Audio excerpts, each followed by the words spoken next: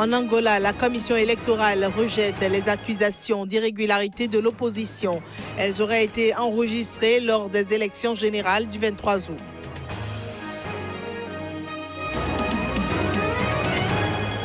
Rentrée scolaire au Cameroun, des militants anglophones avaient appelé à une rentrée morte.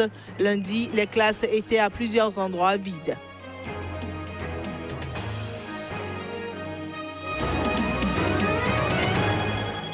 Tir de missiles par la Corée du Nord, le Conseil de sécurité de l'ONU réfléchit à de nouvelles sanctions.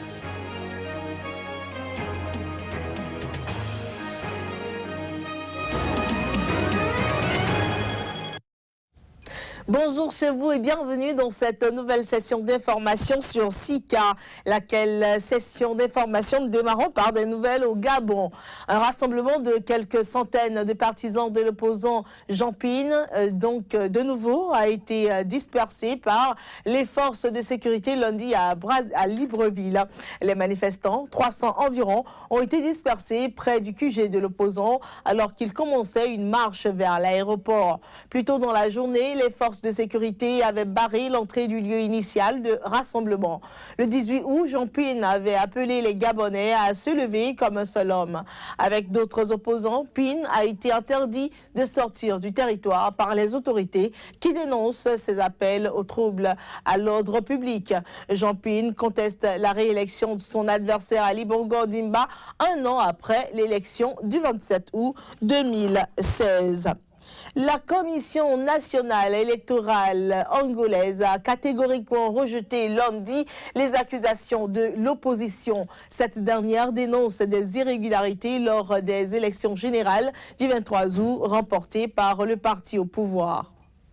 Les partis qui dénoncent les résultats sont de mauvaise foi et cherchent à décrédibiliser le processus électoral angolais, a déclaré le président de la CNE, André da Silva Neto, lors d'une conférence de presse à Luanda. La CNE rejette catégoriquement leurs critiques, a-t-il ajouté. Tous les outils électroniques utilisés dans le processus électoral ont été vérifiés, a-t-il encore assuré, ajoutant que l'ensemble du processus avait été légal. Des propos qui interviennent au lendemain de la sortie de 4 partis d'opposition qui exige un recomptage des bulletins, jugeant irréguliers les résultats. Les chefs de l'opposition ont affirmé avoir constaté la disparition d'urnes, l'apparition de nouvelles urnes, la disparition du bulletin de vote et la présence illégale d'individus étrangers au processus lors du dépouillement. Le parti au pouvoir depuis l'indépendance de l'Angola en 1975, le Mouvement populaire pour la libération de l'Angola, MPLA, a été crédité par la CNE de 61,1% des suffrages et d'une majorité absolue de 150 des 220 sièges du Parlement, selon un décompte portant sur 97% des bulletins de vote. Les partis d'opposition UNITA et la CASA-CE ont eux recueilli respectivement 26 et 9% des voix. Les résultats définitifs de la CNE doivent être publiés ce mercredi. La tête de liste du MPLA, Joao Lourenço, ex-ministre de la Défense, sera investi président le 25 septembre en remplacement du président José Eduardo dos Santos, âgé de 75 ans. Rentrée scolaire au Cameroun. Lundi, les rues et les écoles de Buea, capitale de la région du sud-ouest, étaient quasiment désertes. Il s'agit de l'une des 2 régions anglophones dressées contre le pouvoir central de Yaoundé. Des militants anglophones au Cameroun avaient lancé un appel à une rentrée morte. Seulement un 5e de l'effectif de l'an passé a repris le chemin de l'école cette année au lycée catholique de Buea, tandis que les bancs du lycée bilingue de Moliko étaient quasiment vides. Le but est de protester contre ce qu'ils appellent leur marginalisation par la majorité francophone. En réponse à ce mouvement de boycott, un fort déploiement policier a été observé à Buea. Compte tenu de la situation qui se déroule, ici dans la partie anglophone, vraiment, il est important que les élèves reprennent les salles de classe. Vraiment, c'est vraiment important pour leur avenir d'abord. Parce que la politique ne peut pas se mêler à l'éducation. Il faut vraiment que les élèves regagnent les salles de classe pour leur avenir, pour leur futur. Ceux qui sont à l'école sont en train d'étudier. Ceux qui sont à la maison sont en train de perdre. Et je sais qu'il y a certains parents qui sont un peu qui n'acceptent pas que les écoles ont démarré. D'ici vendredi, c'est un appel à chaque parent qui garde ses enfants à la maison d'envoyer les enfants à l'école. Je voudrais que les revendications politiques n'affectent pas l'éducation des enfants parce que ça, c'est leur futur. Cette rentrée scolaire intervient quelques jours après une mesure de décrispation du pouvoir central. En effet, mercredi, Paul Biya a ordonné l'arrêt de poursuites engagées contre des militants anglophones devant le tribunal militaire de Yaoundé. Mort présumée de 7 migrantes africaines. Médecins du Monde Espagne a demandé lundi qu'une enquête indépendante soit lancée pour éclaircir les circonstances exactes de ce drame survenu après l'interception au large de Melilla d'une embarcation transportant des dizaines de migrants. 7 femmes de nationalité congolaise et guinéenne sont mortes selon des informations de l'association Caminando Fronteras. 4 parmi elles ont été localisées à la morgue de la ville marocaine de Nador, d'après la même source. Le demandeur exige des éclaircissements sur les circonstances exactes de ces morts. À en croire des témoignages de survivants, une embarcation de fortune avec 45 personnes à bord était arrivée le 31 août, tout près d'une plage de l'enclave espagnole de Melilla, dans le nord du Maroc. Une partie des personnes se sont jetées à l'eau pour essayer de gagner la plage à la nage. Certaines ont été recueillies par la garde civile espagnole, les autres par la marine marocaine. Mais selon elles, les forces marocaines étaient là pour mener une opération de refoulement à chaud des migrants vers le Maroc. L'embarcation s'est alors renversée pendant que leurs zodiacs la tiraient avec une corde. À proximité de la plage de Melilla, des réfugiés se sont retrouvés tout près des fonctionnaires européens qui ne les ont pas protégés. Et ensuite, elles ont fini à la morgue, mortes. Les autorités marocaines n'ont pas voulu réagir dans l'immédiat. Médecins du Monde Espagne a demandé la création à Madrid d'une commission parlementaire pour réviser les pratiques de refoulement à chaud de migrants menées en violation des droits. Bonne nouvelle du côté de la Colombie. Le gouvernement et l'ELN, dernière guérilla active du pays depuis l'accord de paix avec les FARC, ont accordé lundi annoncé la conclusion d'un cessez-le-feu bilatéral temporaire. C'est dans le cadre des pourparlers visant à clore plus d'un demi-siècle de conflit armé. Aujourd'hui, 4 septembre, exactement 5 ans après l'annonce d'un accord phare avec les FARC qui nous a menés à la paix avec cette organisation de guérilla, nous allons signer à Quito, après d'intenses négociations qui se sont terminées ce matin, un accord pour déclarer un cessez-le-feu et des hostilités bilatérales avec l'ELN. Le cessez-le-feu a été conclu dans le cadre du 3e cycle des négociations de paix menées entre le gouvernement colombien et l'ELN depuis le 7 février dans la capitale de l'Équateur voisin. Le cessez-le-feu sera effectif à partir d'octobre. Le cessez-le-feu entrera en vigueur le 1er octobre prochain. Il aura une durée initiale de 102 jours, c'est-à-dire jusqu'au 12 janvier prochain, et se renouvellera à mesure qu'il sera respecté et si les négociations avancent sur les autres points. La priorité est de protéger nos citoyens. C'est pourquoi, durant cette période, les enlèvements, les attaques d'oléoducs et autres hostilités contre la population civile cesseront. L'annonce du cessez-le-feu intervient peu avant la visite du pape François.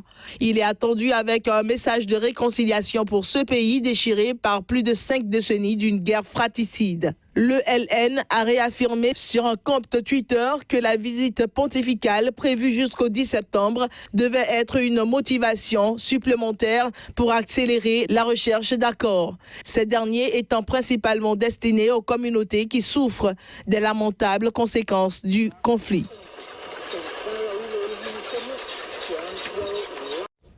Campagne pour les législatives du 24 septembre en Allemagne.